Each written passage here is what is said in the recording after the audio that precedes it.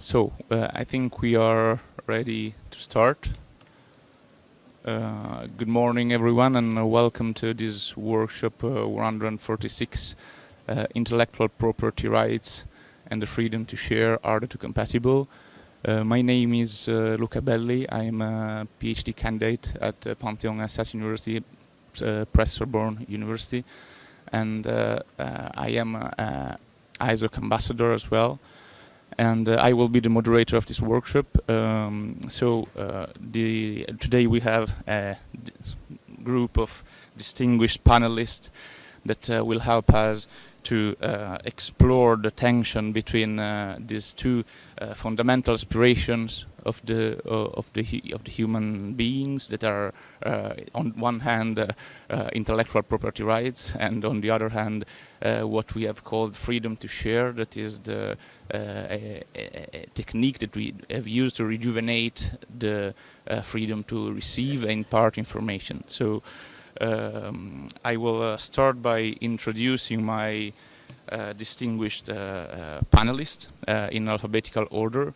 So I will start with Anna Broadbent, that is a policy and research officer at ChildNet International, that is here together with Jack Passmore and Rebecca Cothorn, that are our distinguished young panelists. Then we have Fatima Cambronero from Argentina. She is a lawyer and visiting professor at DANCE. This is a faculty of law in National University of Cordoba. Then we have Stuart Hamilton from the International Federation of Library Associations and Institutions. He is a director of policy and advocacy at the IFLA. Then we have Mr. David Hughes, Senior Vice President of Technology of the Recorded Industry Association of America, and he has a co-panelist with him, that is Mr. Carl Shenander from the Office of Intellectual Property Enforcement, and we thank him for being here as well.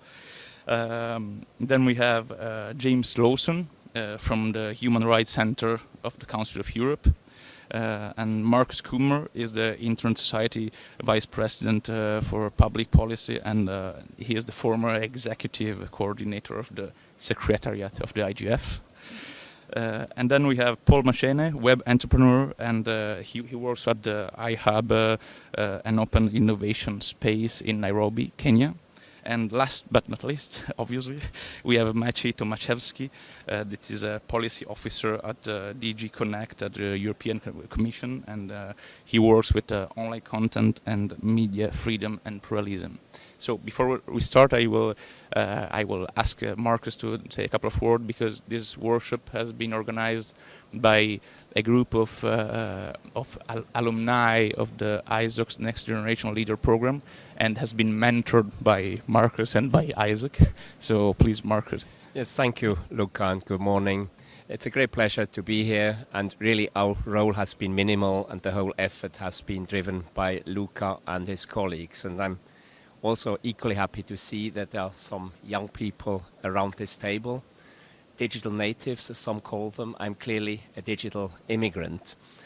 And as a friend once explained to me, that's the main difference between the online and the offline world.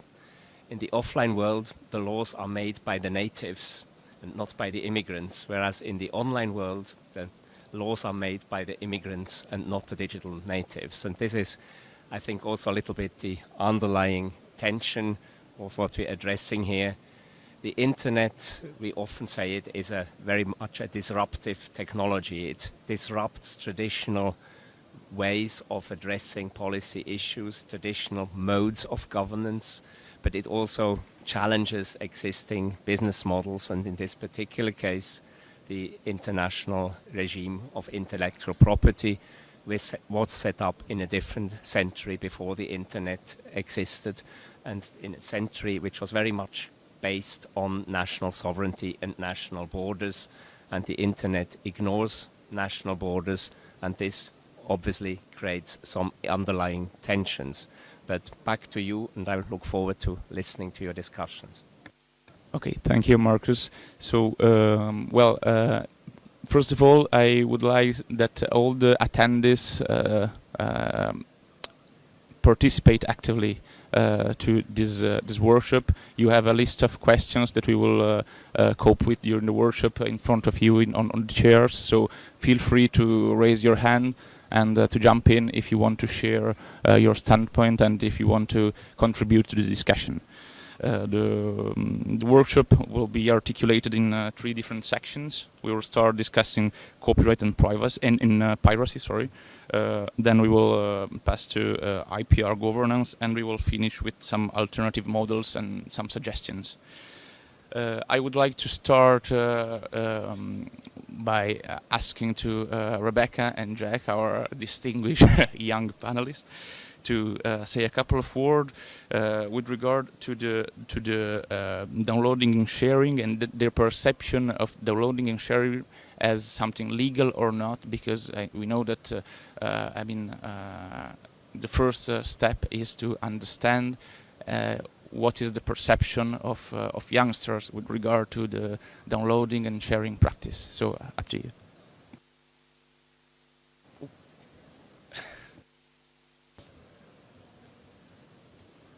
Sorry.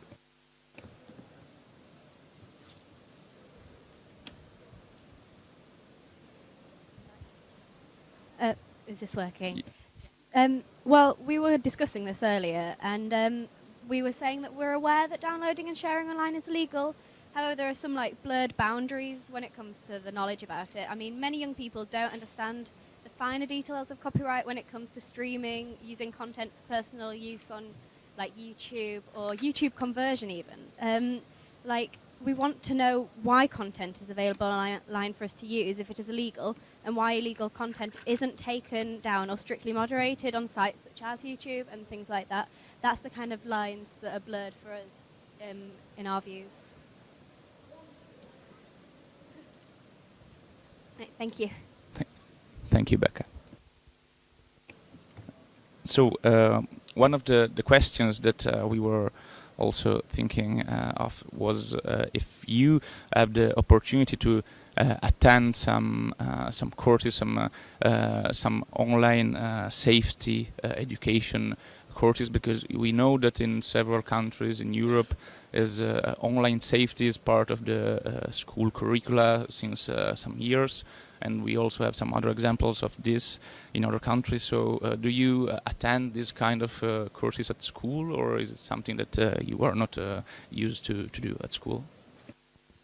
Well, personally, in my school, I haven't had any education about online safety or anything, which is something we tackled in our workshop that we chaired yesterday.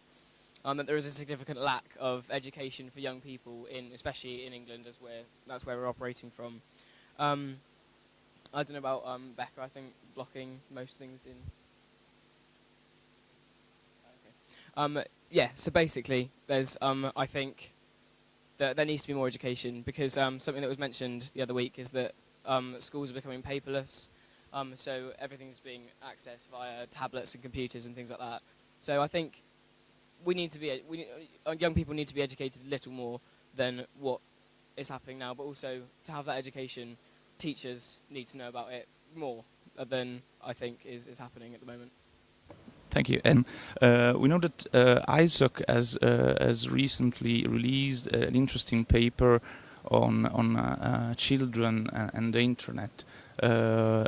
Marx, do you want to add something on top of what they have said with regard to this paper and the need of education for children?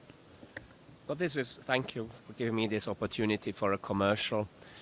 This is very much, I think, also our position. We called the paper Children and the Internet. We wanted to go away from the discussion of protecting children. We think children need to be empowered, educated, and it's part of parenting. I mean, parents teach children how to cross the road, not to take sweets from strangers, and so on. And the same applies to the internet, and to give them a solid founding, to work with them, and this is part of it, also to tell them what they're allowed to do and what they're not allowed to do, and what is good manners on the internet, as their parents tell them what is good manners offline. Thank you, and please read our paper. Thank you, Marcus. So I see we already have a question at this gentleman at the end of the room. Can someone bring? Thank you. Thank you. That's very kind.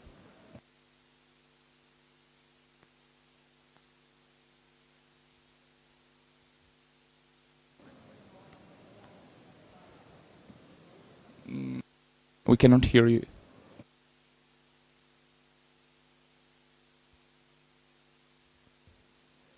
Okay. Norbert Bollo, Swiss Open Systems User Group. I would just quickly remark that in my country, the educational materials that I've seen are pretty much one-sided. They talk so much about what is illegal to do and so little about the many things that are actually legal, at least in my country. There's some conditions under which sharing is legal. There are conditions under which downloading is legal. And so somehow the people who write that don't get paid for writing about that. Thank you. Yes, indeed, it's true that good educational material should strike a balance of between what are the rights and the obligations of children, not just the obligations. So, well, I would go further, taking the opportunity to ask a couple of words about what could be the elements, the components that could make it more compelling for children to utilize legal services online to share and download. So, Jack and Becca, do you have a remark about this?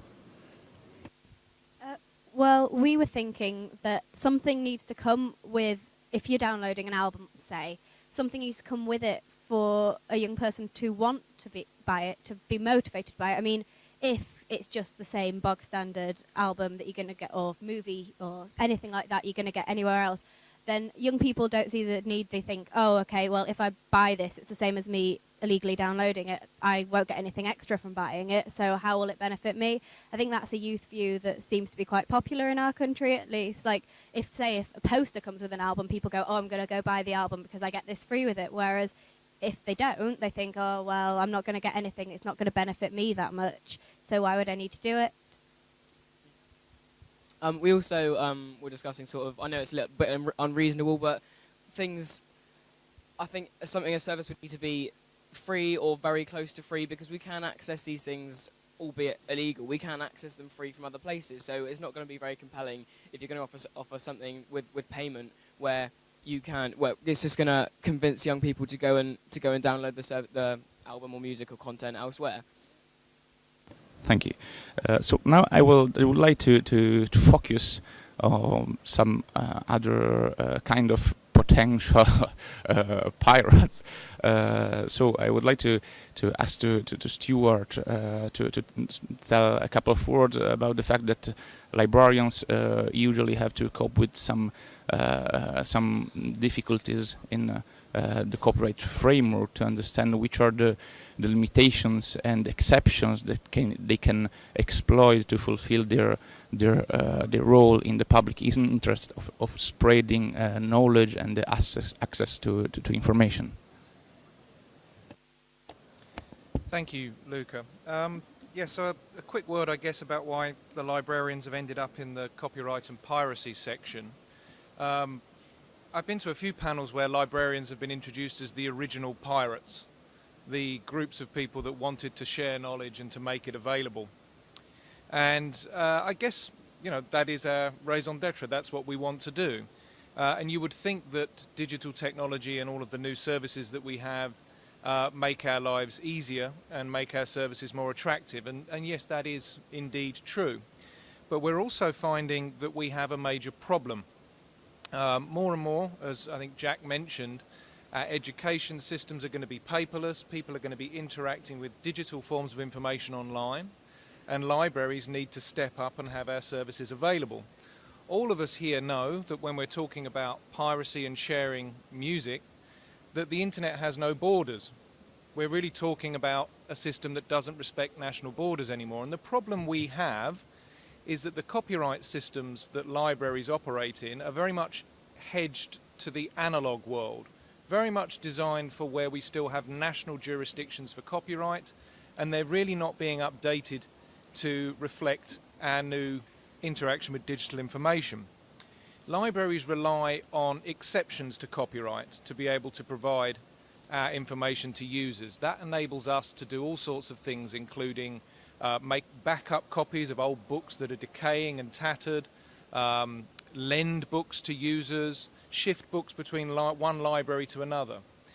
And in many countries, we're now finding that the copyright laws are not being updated to make the exceptions work with digital material. Some countries in Europe, America, have pretty reasonable, pretty flexible exceptions. They're quite forward-thinking. They're perhaps not all the way there, but they're pretty good.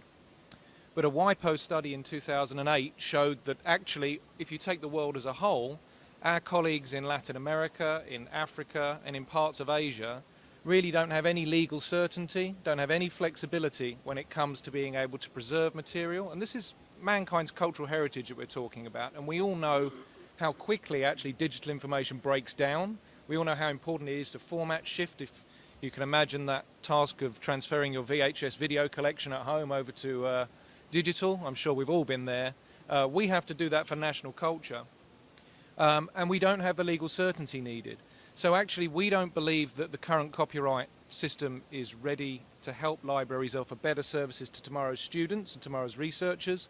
And we're working at WIPO on an international treaty that would raise the level of exceptions for all of WIPO's member states to give them, or to give countries at least mandate them to have exceptions in the areas that we want. So thank you very much.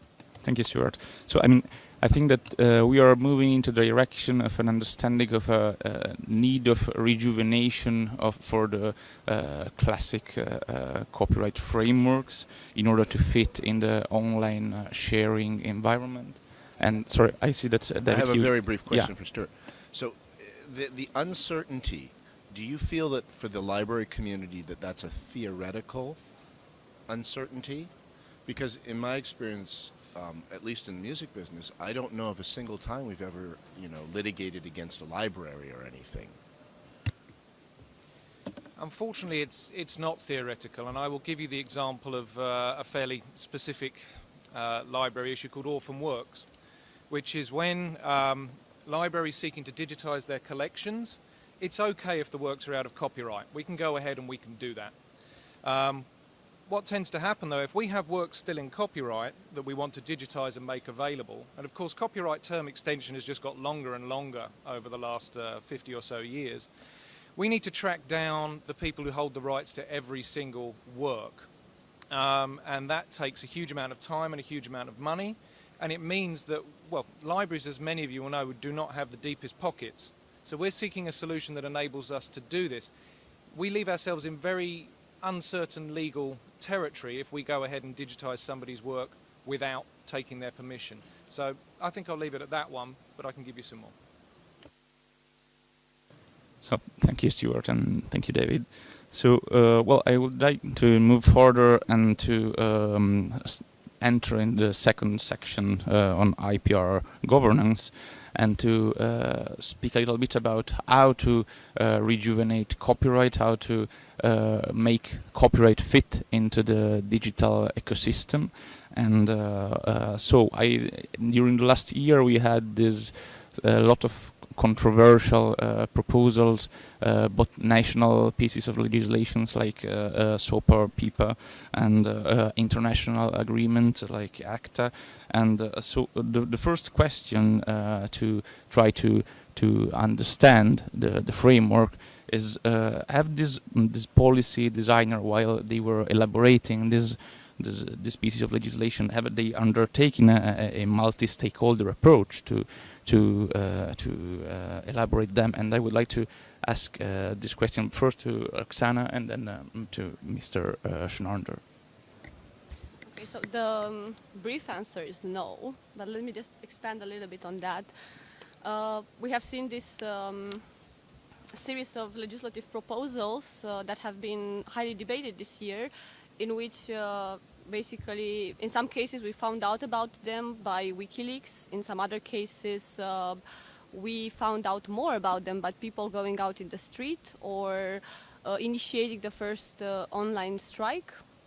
And this is interesting to notice that the degree of awareness about these negotiations going place behind closed doors and the degree of willingness to get involved has increased, which is the positive side of it. But unfortunately, we continue to have negotiations that are not open up to the public and with very little civil society involvement. Thank you, Roxana. And Mr. Schnander, would you like to add something on top of Roxana's comment? Yeah. Sorry.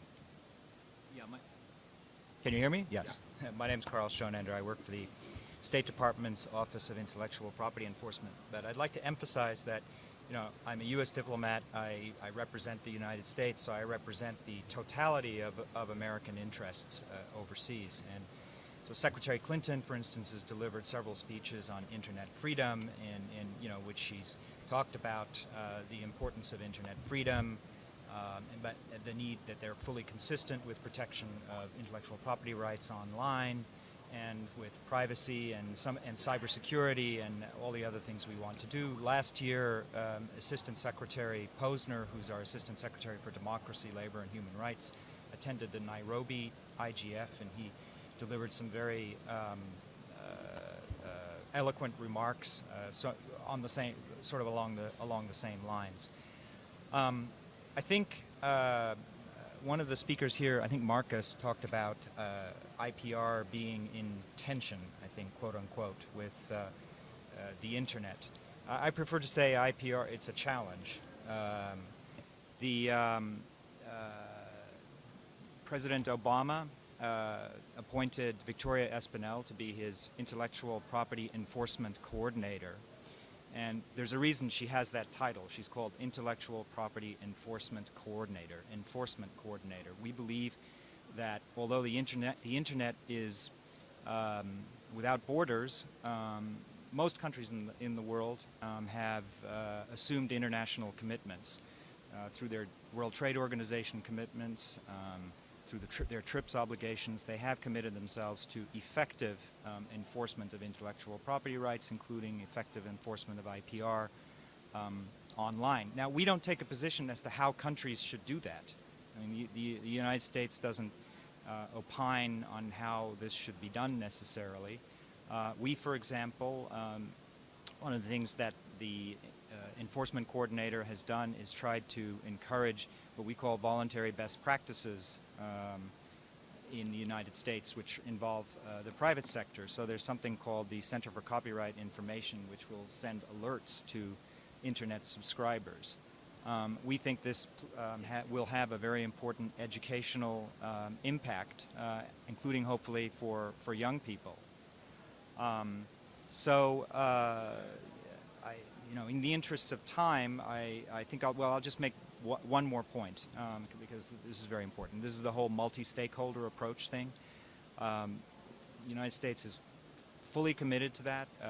One of the important documents that has come out in recently has been the Organization for Economic and Cooperation and Development's, the OECD's Internet Policy making principles, which talk about the multi-stakeholder approach. That's what we try to do in the United States. That's what we try to promote overseas. So I will leave it at that for now. Thank you very much, Carl. So the next question is to explore a little bit what could be the unintended consequences of a strong IPR enforcement on creativity online, and also for other countries other than the ones that elaborate these pieces of legislation. So I would like to come back to Roxana to say a couple of words. Can I talk after? Yeah, sure. Okay, so let me briefly tackle this. I think we can all agree that to a large extent our current culture is based on remixing content, and we do that very creatively in most of the cases, but I think it's more and more difficult to do that with the increase in the copyright protection period, and with the degree of access that is blocked to copyrighted material. So this idea that the derivative works are no longer necessarily done at the extent they could be done. And that's the first implication of it. But I think we can even go beyond that and think about maybe, in line with Foucault, we can think about the creation of this category of online parrots, and we label this very negatively, and we attach it to the young people who are supposed to be the driver of our future societies. And I see broader implications with it, so it would be nice to get the idea. Yeah, maybe we can talk more about it later on. Carl, do you have any remark on this? Yeah, it's very interesting because I was just at another panel earlier this morning where we discussed some of the same issues. I mean, I would just like to make the broader point that you need to have the right legal structure in place, which creates a sort of culture which provides an enabling environment for legal online content offers. You also have to recognize that you have to have different systems for different types of content. For user-generated content is in fact different from professionally developed content.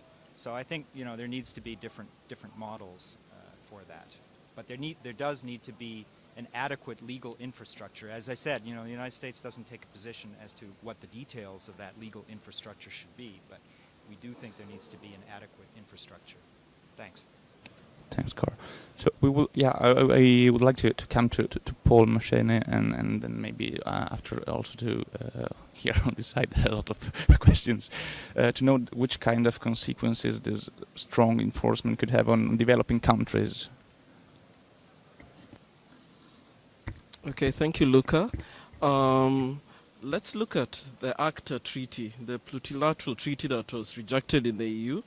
And I feel that such very strong, because ACTA had extremely, let's say, punitive measures for copyright infringement and also for intellectual property. It was actually wider than just copyright infringement.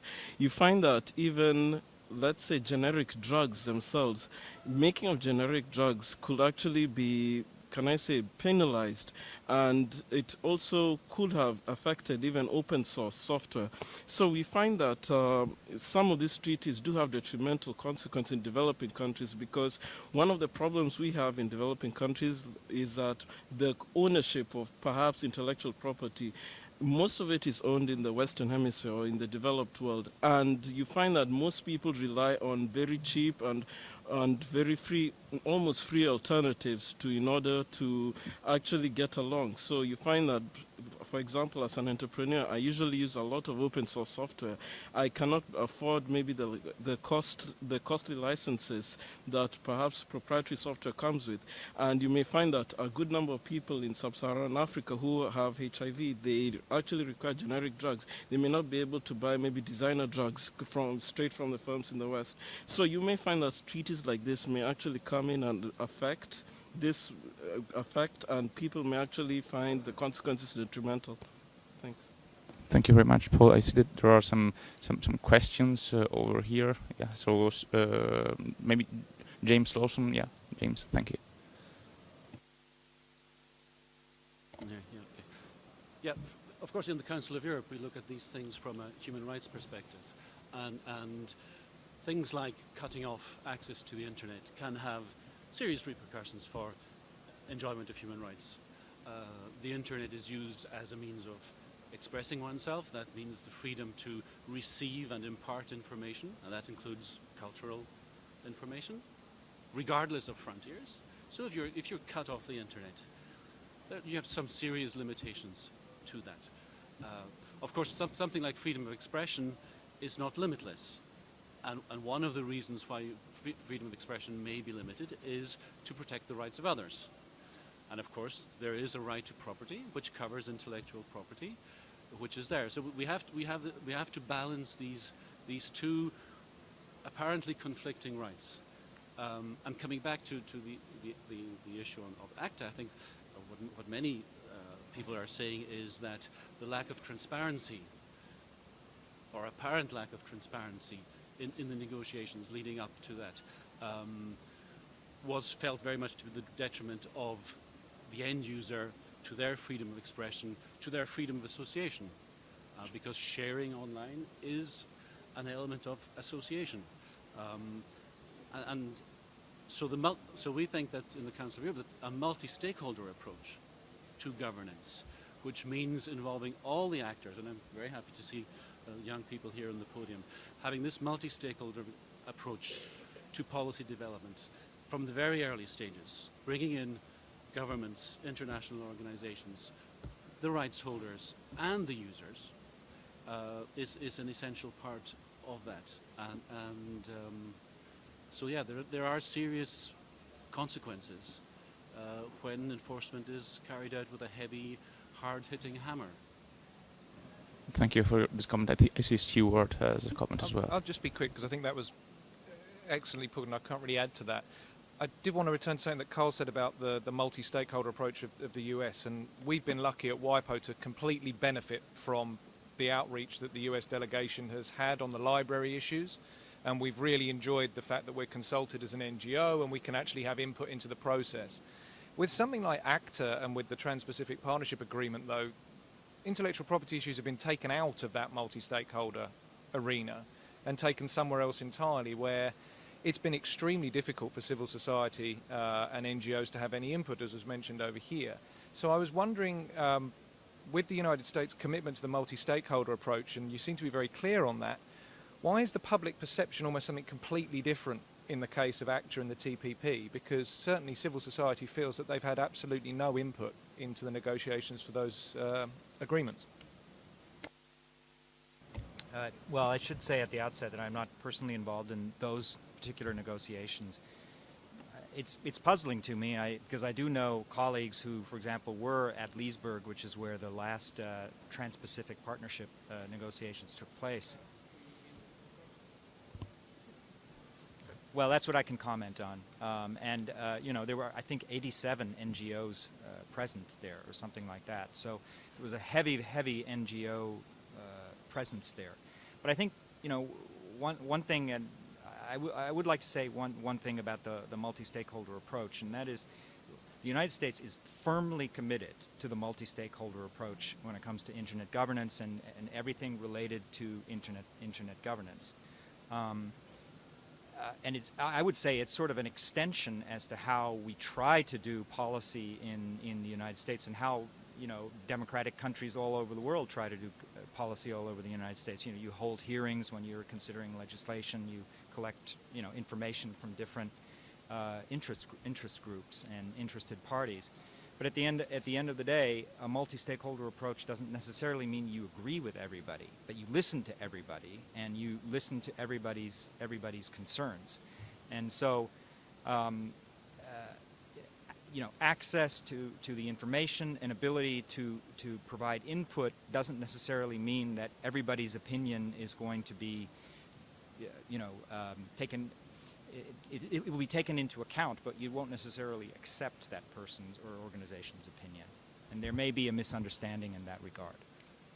Thank you, Carl. I just wanted, I know that David has another commitment, so I think that he wanted to tell something also about maybe the memorandum of understanding that the Recording Industry Association has recently signed to enact a graduated response in the US. Okay, so I want to start by making a comment.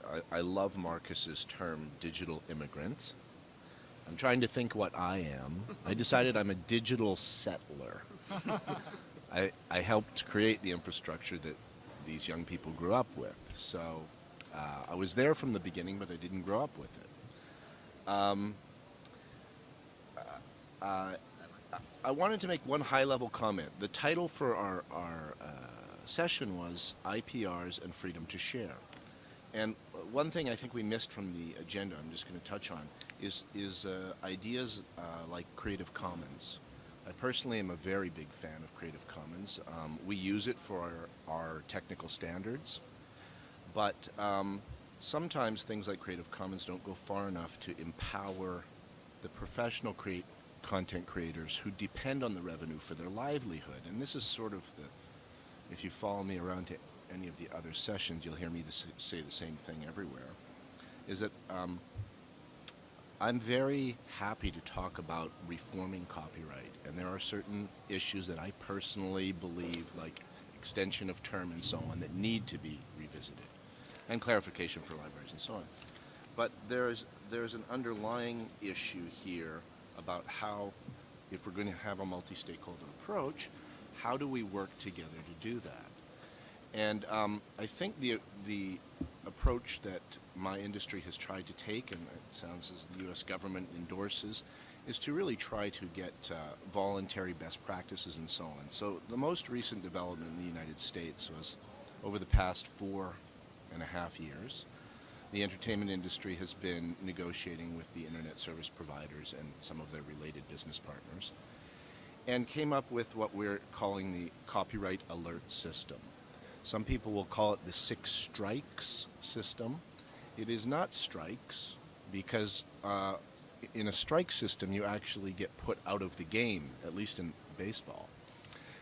In this case, it's a level of increasing notification, and it is really focused on increasing awareness and education of the people who are online. And for young people, as we said, Marcus says we have a responsibility as educators and parents to teach our kids, and not just saying that this is a bad thing, don't do it, but at the same time trying to point them in the right direction. And this is also being incorporated in the copyright alert system, so that when somebody gets a message, they'll be given a link that will point them to legitimate services. And I'm quite hopeful that some portion of the online user community who is now engaged in infringing consumption will start to shift their behavior. And there are many good options, at least in the music space, including Spotify. I've actually wanted to ask the young kids, do you use Spotify? Yeah. So, but there are many people who are not aware of that, perhaps. So that's what I'm about. In the larger picture, I suppose what I'd really look for from the multi-stakeholder community is to make it a little bit harder to infringe on copyright, and a little bit easier and clearer to know what you're supposed to do, how you're supposed to do it, and I'm hoping that these kind of dialogues will push us in that direction. I'm sorry I've been double booked, so I have to go to the next room in a couple of minutes, but I'll be here for 5 more minutes if somebody has questions.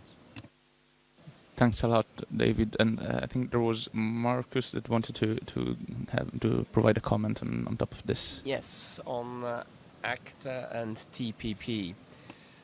In a previous life, I was also involved in trade negotiations, and they were all behind closed doors. And by these standards, I think TPP is reasonably transparent. And the same thing, European Commission representatives said, we gave briefings to civil society for ACTA. What's the problem? And by traditional standards, this is reasonably transparent. However, and that's a big however, here we're not in this traditional environment. We moved into a multi-stakeholder environment. This table is a very good illustration. This is part of the Internet Governance Forum, and this is Internet governance. And in Tunis, heads of state and government said all issues related to Internet governance should be dealt with in an open, transparent, multi-stakeholder manner. And that would include negotiations such as TPP and ACTA. Now, I do understand this is not in the DNA of trade negotiators, but they have to understand that Internet users expect more transparency. And in Europe, they went to the streets. They took to the streets and said, we want more transparency. We do not accept that anymore. So it's the dawn of a new age. Yes. I want to so much agree with Marcus. I mean, the way I would have worded it would be a little bit different, but I'm not familiar with ACTA, but I was quite intimately familiar with SOPA in particular in the United States. The approach that was taken was sort of the standard operating procedure for drafting a bill and making a new law. And if the law was about anything else, it would have gone through the system, it would have passed, the immediately apparent stakeholders would have been consulted, the law would have been drafted, revised, and passed, and nothing would have happened. But I think it hit a nerve, and there was a large group of people who realized, wait a minute, this affects me. How come I didn't know about this? as opposed to the other hundreds of laws that would be passed that they didn't even know exist. And when that happens, I think that we have to be sensitive to the needs of the society. If there is that many people that are outraged that they weren't involved in the process, then we have to look at a different way. Thank you very much, David. I think that Carl wanted to add something, and then Stuart. Yeah, just a brief 30-second thing on the copyright alert system. You know, as Victoria Espinel has said, it's been very important that anything that's developed in this area and other areas includes a due process component, so that it does have that. So, you know, people who receive alerts have the opportunity to appeal or to provide their opinion. There's a low-cost way of doing that. We're very committed to trying to do something along those lines. So, thanks. Yes, Stuart. Really short comment, because I think Marcus kind of summed up what I wanted to say anyway about the TPP and ACTA. But these issues about the complexity and the consequences of digital copyright legislation aren't particularly new. If we looked at the when Napster came out from sort of the end of the 90s onwards, this has been on policymakers' radar for not just the last 2 or 3 years, and there's a legitimate oversight about, oh, we didn't realise that we were going to get into making a law using the traditional sort of methods. This is something which has really been visible for the last decade. So I find it somewhat strange, even though I do accept that it was taken forward as a trade agreement, not a piece of legislation that was at WIPO or a traditional multi-stakeholder thing, that some of the people involved in the beginning of these agreements didn't think there'd be an outcry. So that to me is the bit that doesn't quite add up. It's not a new issue. People use digital material all the time, and you know, the actual idea that this could be kind of kept secret doesn't really fit with the internet environment that we have and had for almost a decade. As we have the opportunity of having someone that is directly involved in the European Commission's work, Maciej, would you like to provide us a brief comment on this? Thank you. I was just wondering when to intervene. The problem is that also I'm not involved in the international negotiations concerning intellectual property rights, as it's a completely different entity within the European Commission. But we are trying to convince this message. At least in my entity, in DG Connect, we see that this is an important issue. We see that the multi-stakeholder approach in the area of intellectual property is essential, and we need to consult stakeholders on different issues. As I said, the problem is that up to date international negotiations in this area are held by a completely different people who are used to negotiate in a completely different manner, and they have very often valid points why sometimes there is a need to hold those negotiations, but at the same time we need to also elaborate a new mechanism for this multi-stakeholder involvement. Thank you, Maciej. So I would like to let's say, analyze a little bit more in detail this graduated response and the various techniques that have been elaborated, and to know which kind of technique of effects that can they have on sharing, and what kind of consequences can they have on public access to the internet. So, Stuart, would you like to tell us something about the effect that this graduated response technique, 3 strikes or 6 strikes, could have on the public access to the internet and on the library? Yes, so I'm going to start off by assuming that everyone has a passing familiarity with graduated response. It's the idea that after a number of violations of copyright online, your internet access could be slowed or potentially cut off. At first glance, it doesn't really seem like something that libraries could be connected with. But then we've started monitoring Hadopi in France, and in particular we started monitoring the Digital Economy Act in the UK. And we noted that the way that these laws were drafted, particularly the Digital Economy Act, was going to treat public providers of Wi-Fi access as if they were individuals. The wording in the law was so vague that in the UK, a library, university library that could serve tens of thousands of students, could be held basically responsible for the actions of one user and in theory have its internet access slowed down or cut off. And this, to my mind, showed quite poor policy making for a start, showed a lack of awareness of the value that public access to the internet providers actually bring to people who don't have their own computers, or students who need to go to a central space to use the Wi-Fi on their handheld devices or whatever. So we are a little bit worried about the fact that these sort of laws tackle or have the potential to tackle public providers in the same way as individuals. And I think there's a bit of a slippery slope there, because the other option would be to treat a library as a subscriber, which has a slightly different set of rules under the Digital Economy Act.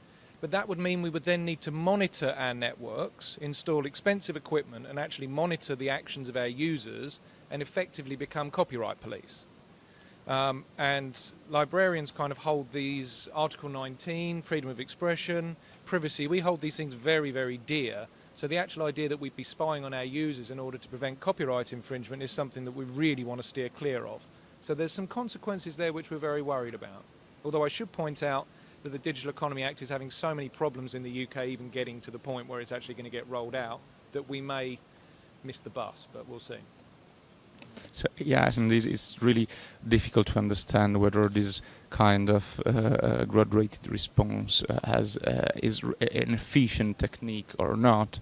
I would like just to speak about the example of the French Hadopi that costed 13 million euros in 2011 and has produced. I mean, according to Hadopi, it was a success because starting from the initial 1 million email of warning that were sent, they just arrived to 300 dossiers of people that were perpetrating this copyright violation, but to other people that are not so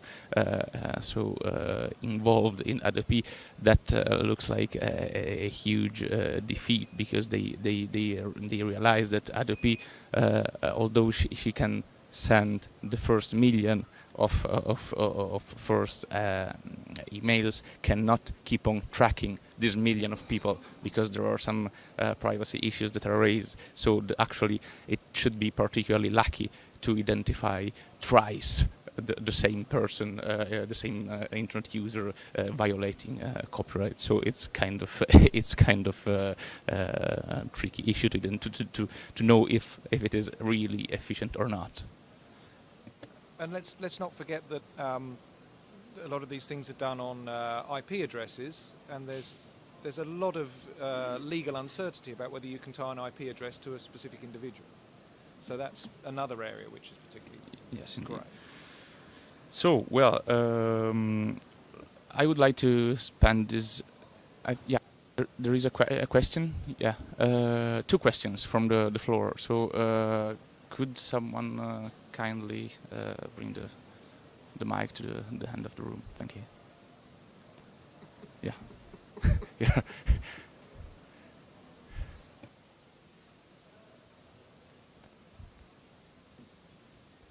Hi, I hope that everybody can hear me. My name is Konstantinos Komaitis, and I am with the Internet Society. However, I think I'm going to put my academic hat on, which I held until at least 4 months ago in the UK. I've heard a lot about graduated responses and voluntary industry schemes and self-regulation. And as an academic, I did a lot of research on that, and I am very much in favor of self-regulatory schemes personally, especially when it comes to the internet. They have great advantages, especially relating to jurisdiction. But there is a big but. There are self-regulatory schemes and there are self-regulatory schemes. So if we take, for example, the Irish example in the graduated response, it is a very, very bad system based on self-regulation because it lacks any sort of safeguards. And I also, in the context of copyright, I personally feel that we really need to be a little bit cautious also when we use the term education, because automatically the question that appears in my head is who will be educating? And this is very, very important. And that's why due process is also of paramount importance. And in the context of Hadopi, the fact that it was public regulation and it was not private regulation allowed the Constitutional Court to intervene and actually say that for whatever sanctions you impose, from the slap in the hand until you disconnect someone from the internet, there needs to be a court decision, meaning that a court, a judicial body that has the authority, and that's the only body that has the authority to actually determine whether someone is doing something illegal, is and will be able to do that. So it is very important to understand that self-regulation needs to have similar, if not the same, safeguards in order to make sure, for those, if you want, tiny cases, for the 1-2 cases that self-regulation fails, that these users are protected, mistakes do happen, there is no system that is perfect, and we really need to frame discussions on that basis. And the last point I would like to make is there is also a very big issue of costs. Who is bearing the costs for all these issues, for all these schemes that are appearing? If ultimately it will be the users, then we have a problem. Because for many, many people around the world, internet access, and I heard that yesterday we had a meeting with various chapter and potential chapter members from around the world, where actually internet access is not a given, because it is very expensive, and there are competition issues, and there are regulation issues that make access to the internet even more expensive compared to what I'm experiencing, for example, within Europe. So if we add an additional cost to an already expensive system, then we automatically discriminate against people who need to have access to the network. Thank you. Thank you very much, Konstantinos. I see there is another question at the end. This lady, yeah. Thank you. No, sure, sorry. I'm not a lady, but my name is Claudio Ruiz, and I'm from Digital Rights in Chile. Can you hear me well, right? And I have just two quick and brief comments. And the first one, it's one of the most important topics that I've heard, not just in this table, but in prior ones. It's about the copyright infringement as a phrase, right? Copyright infringement. And I have the feeling that maybe this concept has not been really clarified when we are talking about copyright, because what copyright infringement is what copyright says. And at least from our perspective in Latin America, what copyright says is not what a multi-stakeholder table like this says. In the last 40 years, all the copyright system has been exclusively expanded, taking into account especially the interest of just big players on the discussion. And for instance, the example that you have said about the librarians is a very clear example about the lack of exceptions and limitations that our copyright scheme has. And talking about especially Latin America. So the copyright infringement as a concept, it's pretty important just to take it into account this topic. The expansion of the interest of private sector in our copyright acts has been clearly jeopardized the uses of our internet users, and especially the scope of exceptions and limitations to copyright. So it's a very, very important topic. When we're talking about copyright infringement, we're not talking about something neutral. We're talking about something very, very direct, very, very important, that has a very, very important affecting to the internet users. And the second point is about the due process criteria that has been talking recently. And this is a very important point. Actually, it was a table that I was into yesterday about this topic specifically.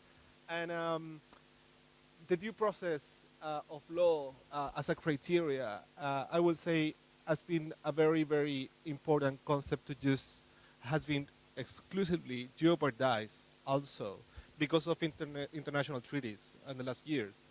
the example of ACTA, for instance, and the example of TPP that you have been recently said, I would say there's two very, very key and important examples about this geopartization of the law. And it's very important because when you're talking about the recent reforms of our copyright acts in Latin America, you can say a very important trend to just continue this this trend to just taking into account just one side of the table when you're talking about copyright. So I think it's very important to just keep these things in mind about the first one, what copyright infringement is, and secondly, that the due process is not just a problem to just have a very quick and response on copyright infringement, but the due process of law is a very important constitutional criteria when there's fundamental rights involved in all these topics. Thank you. Thank you very much. I would like, one second, I would just would like to ask to Fatima to provide us a short comment on what are the consequences that that copyright enforcement could have in developing countries or in South America, or could you provide us a short comment with regard to Argentina and South America?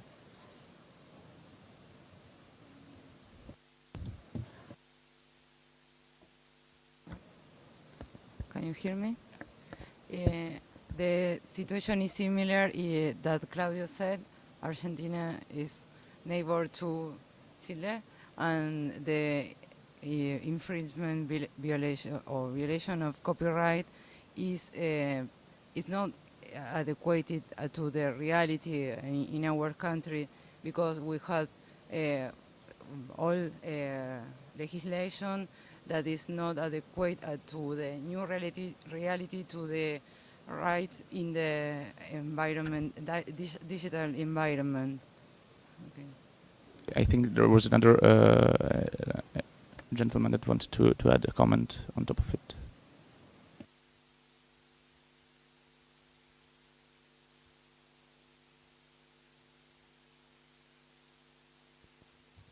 Hello. Hi, can you hear me? Yeah, I think one, I was just going through the list of questions, and I apologize for coming late, but I think one thing that's missing is a focus on development and excessive copyright on issues of development and from the perspective of developing countries.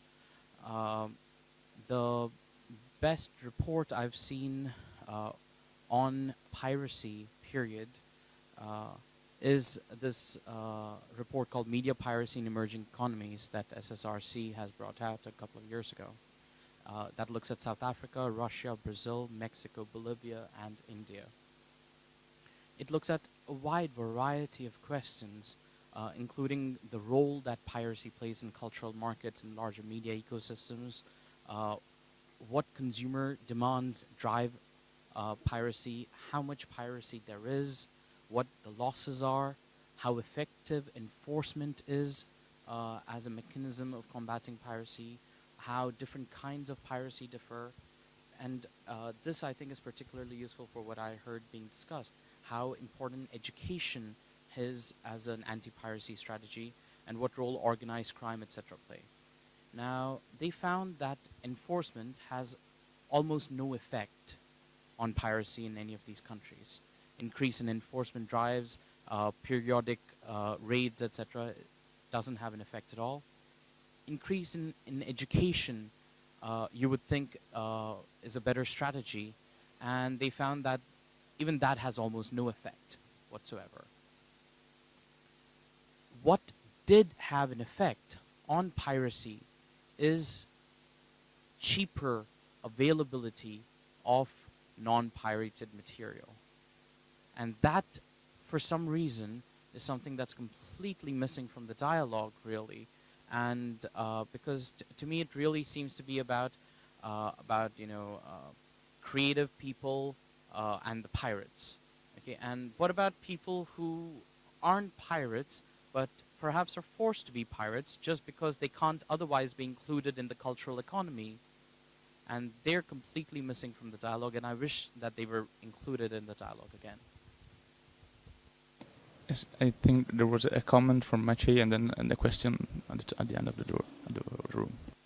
I was just wondering when to intervene exactly on this point, as we're going to have, I understand, a separate discussion on alternative models. But I really like this intervention. I think this is exactly the important thing concerning intellectual property rights. Please don't get me wrong, I understand that fundamental rights are essential to be discussed concerning copyright, but then I think that what we really need, especially in those times when we have economic crisis, to have a fair discussion about economic aspects of intellectual property. And I think that we can find many examples where current copyright prevents actually innovation, and we can show how, for instance, the reform of copyright can help us to encourage growth and jobs in times when we have economic crisis. So I think this is exactly the point that also the European Commission would like to advocate, that for us it would be very important to have this discussion on economic aspect of intellectual property rights. Yeah, so indeed, to encourage a new reform, it's not just something that interests developing countries, but also the European Union, and we, should be the first to provide an example. So I think there is another question at the end of the room.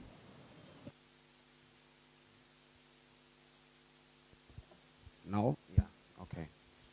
So, first of all, we are from Brazil, and I want to say that we are not pirates. I don't use this tampon in my eye, I don't have a sword, and I don't, put down ships in the middle of the seas. In other way, maybe I can do an agreement to don't follow unreasonable laws. Saying that, this copyright laws maybe doesn't have effects directly in development countries, but in democratic countries, regimes, some sort of local laws are trying to reproduce what these main copyrights in the world try to do. In France, in Germany, and Spain, and even in Brazil, we have a lot of laws trying to cut off the freedom of access to internet, to download content, to produce content. So in sort of ways, these kind of laws are these kind of forces of the big players in the world are trying to control us. In Brazil, right in this moment, we are trying finally to approve a law called the Marco Civil of Internet. And it's a kind of a huge step to regulate the civil rights of civilians in Brazil to the internet. And I'm very ashamed to give you this news, but the dark forces just win a step. Yesterday, this law has a very, very breakdown in his core. I'm very ashamed from Brazil in this very moment, and I just wish you to know that these forces maybe in a huge coincidence, maybe because the stars just align in the right way. These laws are just starting to get in the agenda in all countries in the democratic way of do things. So be aware, this is something very, very dangerous. And please, don't call yourselves, especially us, the development countries, we are not pirates. We are just defending our rights. And believe me, I don't want to be educated. I'm not a dog. If in any case education means debate, understanding, knowledge, and discussion, and I don't want to be aware of it, maybe I want to discuss the problem. I believe she wants to say something too. Thank you very much. Can you hear me? Yes. Yeah. I only want to make some remarks. I'm from Brazil also. Are you hearing? On this internet framework for civil rights, yesterday they were about to approve this law, but there was a huge mobilization from the civil society because there was a provision regarding notes and takedown. And the main issue is that we have notes and takedown with court order for everything except for copyright, which exposed the copyright lobby in Brazil and how strong they are. And that's very shameful and very bizarre at the same time, because in Brazil the practice now is that all the process regarding ISP liabilities are passing through courts and through judicial process. So that's why we're saying that it was very shameful and very, very strange. And the other thing, I have a question for you. Instead of spending time and money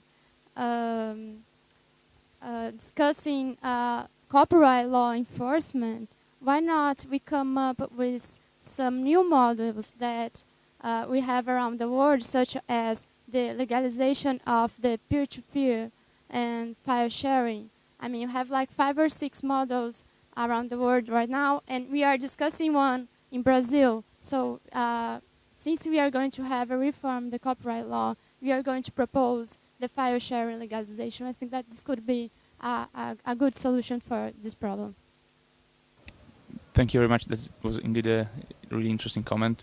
I see you have triggered reactions from all the left part of the room. So yes, I see there is this lady first, and then two gentlemen at the end.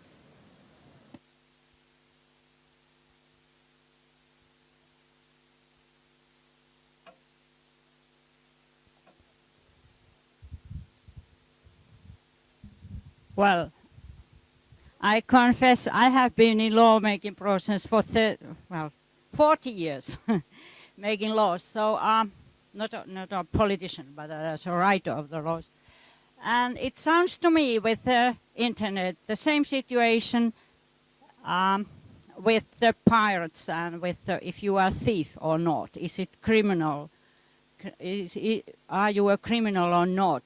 It's like with the taxation. In every country we know that those people who pay taxes, they are poor people, people in the middle class. But those who are in a high level, they certainly don't pay a lot of taxes, because there is a taxation planning, which is, it's a juridical process, and it's a part of the law system to plan your taxations. It's with the internet the same, it sounds to me. Those who make milliards, billions at the high level with the content of the internet, they take it free of charge. They just steal it, if I put it very briefly, from all those content producers. But then, if you are a little boy or girl, wherever in the world, well, poor, or at the middle of classes, if I put it, then you are talking if you are a pirate or a thief. Isn't it a little bit the same? Sorry to say, after 40 years making laws. Thank you very much. I see.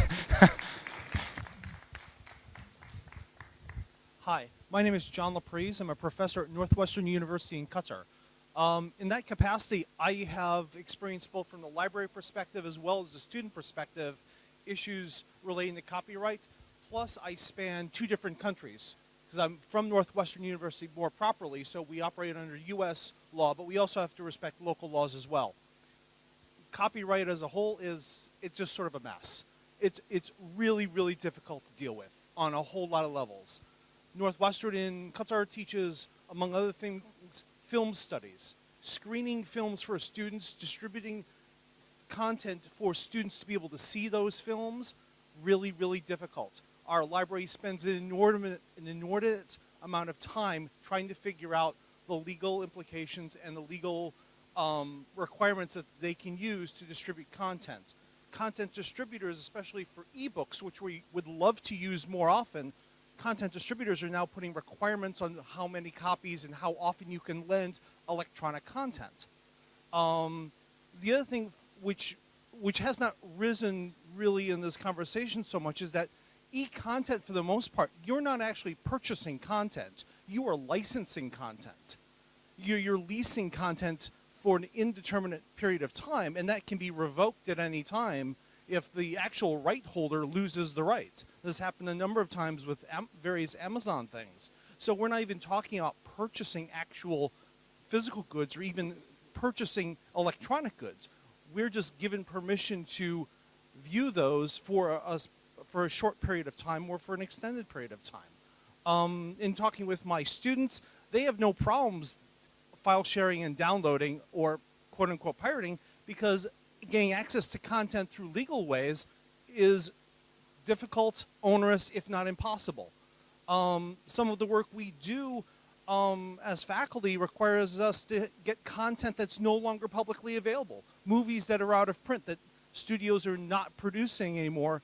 We have to jump through hoops to try to, dub off of an old VHS tape to show for a class. It's really, really difficult. And the way that copyright is right now, it's only going to get more difficult for the foreseeable future unless something is done. And yeah, I mean, I'm speaking from a multicultural perspective and from an educational perspective, and it's all very, very problematic. Don't have any solutions. Sorry. Thank you for this encouraging perspective. And I see there is a question, Chris. Yeah. Okay, I'm Chris. I'm with the IGF ambassador this year. Actually, I was about to add exactly what these two persons actually mentioned before, but I'm also a professor at the University in Mauritius. One thing that actually I think has actually triggered a lot of discussion about copyright and infringement has been, as the lady mentioned before, the big companies. And one of them is actually, we know the word, is Microsoft actually started that. But, when you have software which is really expensive, what would you expect a poor country to actually do? And they still need to get that. And you would expect people to go, which is really expensive, they would actually go, it's not really pirating really, but they want to call it pirate, but they would actually go and find a way of doing it. So that's where the crackers and hackers come in. But actually they're doing a favor to other countries, in a way. But when they get to that point, it's actually pushing people to do something that they don't really want to happen.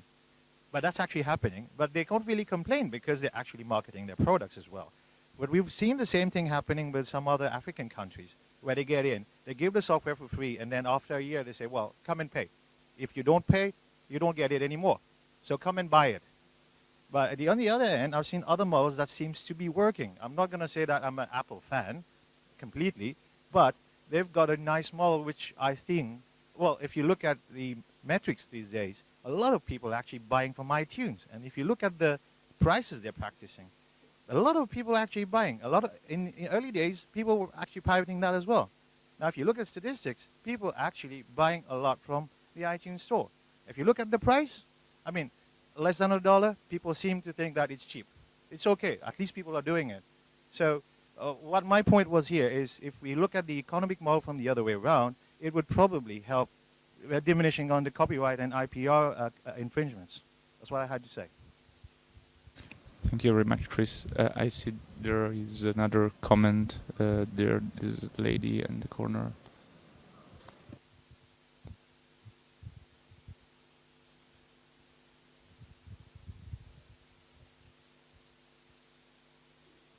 To pick up on, can you hear me? To pick up on the point that was made over there, the power balance has completely shifted, even more so now in the favour of the rights holders because of these licensing models. And we have now a lot of very restrictive DRM technologies in place, which are which are impeding our fair use, fair dealing rights. I think this is a really important point to make in this discussion, because what otherwise would be legal activity is now being criminalized, and I don't think that is fair at all. Okay, I think we have a comment, an answer maybe to this comment from Paul. Okay, what I just wanted to mention is that because of the nature of the internet and the way it's very disruptive, you are finding that people are less likely, and even if they can afford to buy copyrighted items, they're less likely to do so. And you find that we've reached a point where as long as something is maybe almost free, or it's just, you know, it will not cost you a dime, that's when you're more likely to actually get that. So maybe that's why iTunes as one model is working. That's why maybe open source as another model is very attractive. And so perhaps if you're looking at maybe trying to prevent copyright infringement, you may have to actually adjust and look at maybe new models that will encourage people to pay the least amount. It may not be beneficial to the rights holder, but it could actually, it's more beneficial now to, you know, to the end user. Yeah. Thank you very much, Policy. There is a comment coming there. My name is Pepe Huerta from Chile NGO Meta. Just a little comment about the title of this workshop. It says IPR and freedom to share. I just want to comment the word freedom to share. Share is not freedom. It's not a freedom. It's a right of the owner. So starting from the language and below, everything must be rethink, in my perspective. About the copyright regime and alternative models, because I just don't want to put my boxing gloves on the rest of the issues. The video game industry is taking a little shift on the copyright models. The last 10 years they invested a lot on DRM technology to force the people not to pirate the games and just buy or pay the $50 that a video game costs these days. And in the last 2 or 3 years, they have been invested on added value to their product. Like, for example, adding new online features that only you can get if you buy the game. You know, instead of the isolated experience that you get when you buy a single-player game or pirate it. Okay, so this is a kind of a sign that the business model is the one that is not working the right way in copyright issues, because if you shift it to something more attractive to the public will buy the product. Let's say a song, an album, a movie, or a video game.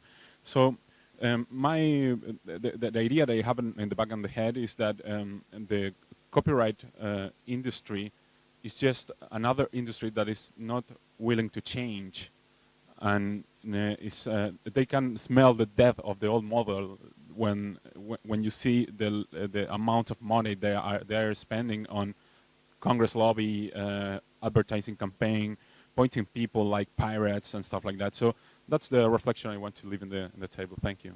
Yes, thank you. I would like to have just one more comment because we are running out of time, and then I will ask if some panelists want to add something, and then.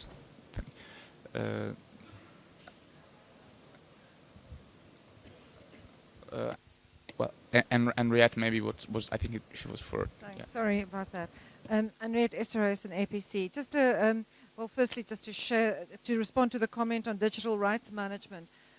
I have a son that plays games, and I think generally it's regarded that gaming is a way of building innovation and tech skills and young user-generated applications. And I'm in South Africa where we pay for bandwidth, so he can't actually play many of these games. He can't play the multi-user component, and so it has a sort of de-skilling effect. My question is really about sharing, and how do we define sharing in a context where the internet becomes a space where people make friends in a different way. You know, it's not like taking a book from your shelf and giving it to your neighbor. So on the one hand, we encourage this community formation through the network. And on the other hand, we discourage sharing via it? And how do people see that contradiction, and how do you see it evolving into the future? Thank you, Henriette. Okay. Last comment. Okay, thank you. Thank you, moderator, for giving me this chance. I'm a diplomat covering intellectual property rights, but I'm speaking in personal capacity. I hope that all the participants here can make some careful study about the current intellectual property rights legal system. There are huge imbalance of this current legal system. As we all know that the developed countries are the biggest knowledge holder. And I mean, in terms of the technologies and movies, such kind of cultural products. But the developing countries is a great holder of traditional knowledge, genetic resources. But the current legal system just give protection to the developed countries with IP system. They are protecting the video producers like the big movie companies. They are protecting the big printing houses and their products. But the traditional knowledge, genetic resources, all the many countries, developing countries, are pushing forward some legal protection for this kind of knowledge. But we were blocked. We cannot get any fruit in this kind of legal construction. Please make a further study about the intellectual property. Thank you very much for this comment. I would like to ask to the panelists if they want to add some final remarks to the workshop, if anyone wants to add something. Carl? Yes, thanks. There's so much, such a rich and varied debate. A couple of things. Just to reiterate, you know, in the countries that I'm familiar with that have sort of more flourishing legal internet online offer tend to also have stronger IP enforcement regimes. So to the extent that, you know, developing economies go that route as well, I think you will find more companies establishing themselves in those countries and offering legal online content. There was a comment from I think the person from Northwestern University about copyright law being a mess, and you know, that may be, but on the other hand, certainly the contribution of the copyright-intensive industries to the economy is incredibly high and strong. So it's you know, it may be a mess, but it's an important mess. The other thing is there was a lot of complaints about the complexity, I think, of the system and the fact that that people are looking for a simpler way of doing things. I think that we sort of have to accept that life is complicated. I mean, people, for example, have talked about, you know, banking regulation. In the United States, we had something called the Glass-Steagall Act, which was 40 pages back in 1932. The Dodd-Frank bill is 1,000 pages, and it doesn't include the implementing regulations. And maybe that's bad, but that's just the way life is. So I'll leave it at that. Thank you, Carl. On that upbeat note. Stuart. I think I wanted to conclude by saying a couple of words about speed or lack of it. We understand that we're talking here about sharing information across global networks. And yesterday when we were kind of warming up for this workshop, we went into a huddle and the gentleman David from the RIAA was way more reasonable than I actually anticipated. And we got talking a little bit about the need for updated global frameworks. But then he mentioned that whilst him and his colleagues would actually be kind of in favour of that, the way that a lot of the rights are administered by collective management organisations is on a national level. Those organisations make a lot of money. Those organisations will not want to change their business model anytime soon. And what we have, I think, at this discussion and what we've seen in the last few years, we're at the beginning of a change. And things will change because the way that we use technology, the way that we share information is undoubtedly going to outpace the speed with which we can create any new regulations to keep up with it. But it's going to take quite a long time. IFLA has been working at WIPO on this library work for nearly a decade. And we've got the issue on the agenda about 18 months ago properly. That was tremendous work on our behalf, and that requires NGOs with limited resources to go to Geneva, one of the most expensive places in the world, for significant periods at a time in order to engage in these processes. So everything seems to happen very, very slowly, where technology change happens very, very quick. And the two things can't match, and I just wonder what's going to give as we move towards a solution which eventually will get here, but I'm not entirely sure that everyone's going to survive the trip. Thank you for this encouraging perspective. And would any other of the panelists add something? Otherwise, I think as we are running out of time, I would just like to say that the discussion has been extremely enriching. A lot of comment has been extremely interesting. I think that the key issues that have emerged are education, legal need for legal clarification and harmonization, and promotion of new models that can redistribute the wealth that the creative industry is creating amongst every stakeholders and every individual. Thank you.